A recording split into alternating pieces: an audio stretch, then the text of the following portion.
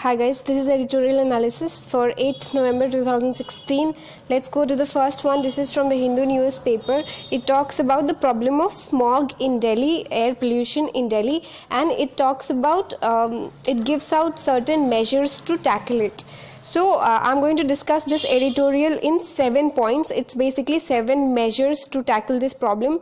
A very good editorial indeed, because it means they often ask suggestions, solutions to problems, and it's better that you're always equipped with 10 to 15 points so that you remember at least 7 or 8 while writing the exam.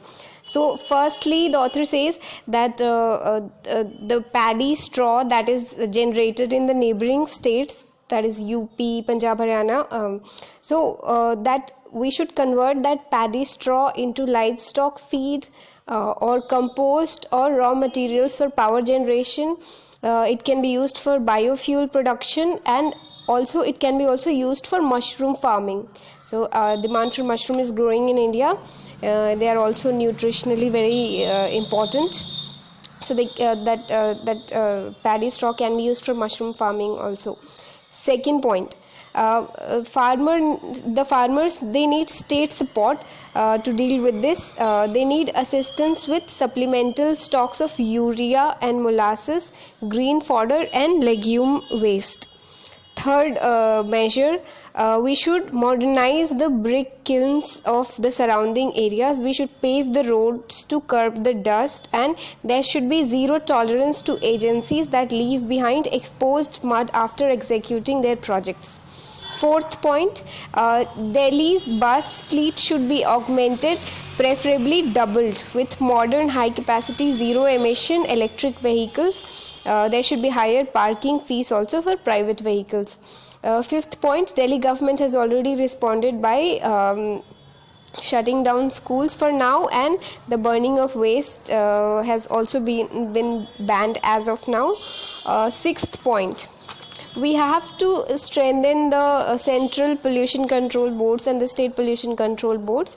They lack resources, technical expertise, manpower, and training for policy enforcement. Seventh and last point, business models of waste to energy conversion. They also need state support through cheaper credit and use of public funds for viability gap funding of these businesses. So they need state support.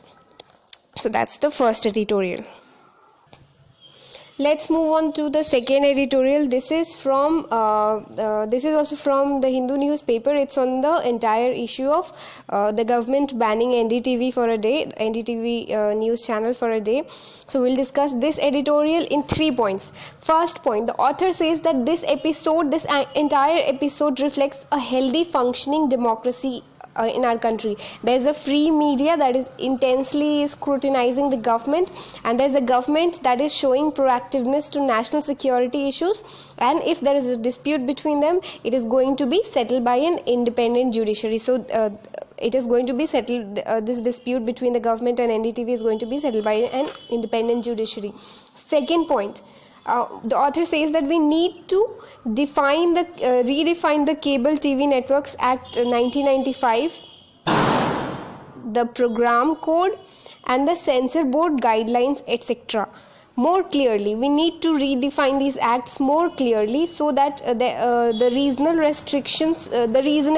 restrictions on freedom of speech of media is clearer when it comes to implementation of Article 19, Clause 2, that puts reasonable restrictions on public order, reasonable restrictions on our free speech for the sake of preserving public order and for other issues like defamation and security of the state. So these acts are not clearly defined. They're very vague. They don't tell exactly what is what are the reasonable restrictions and in what circumstances they'll apply, and what are the restrictions that press and films, etc., they should keep in mind according to the act.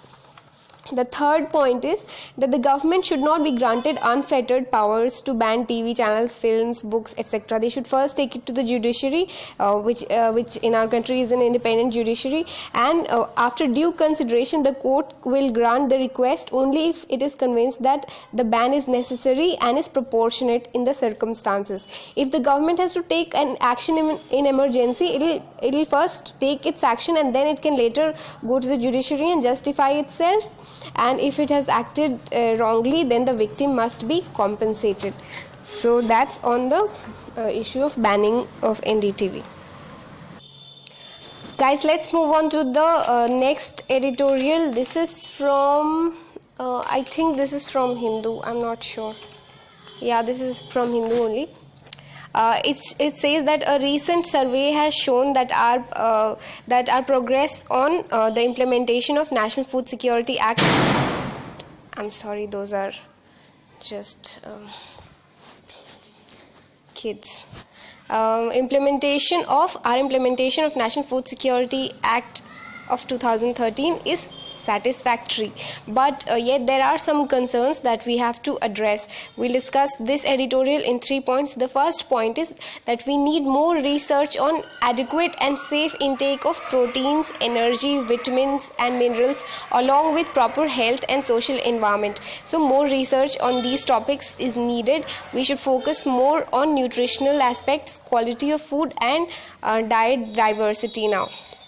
Second point, Odisha has introduced some commendable reforms that ought to be replicated by other states also, and some of the reforms that Odisha has undertaken, they are abolition of private procurement of storage system, greater role for public agencies in controlling diversion of food grain from go down to mills, proper recording of procurements, storage and distribution grants across the departments, and distribution of food through self-help groups and gram panchayats. The third point is that some other measures that some other reforms that in general we can undertake are adequate logistics for digitization of ration cards that is needed, computerization of offtake and delivery of food grains, and effective monitoring of fair price shops that is needed, and there should also be a community involvement in the implementation of this act in other feasible ways. So that's the editorials for today, 8 November 2016. Thank you very much.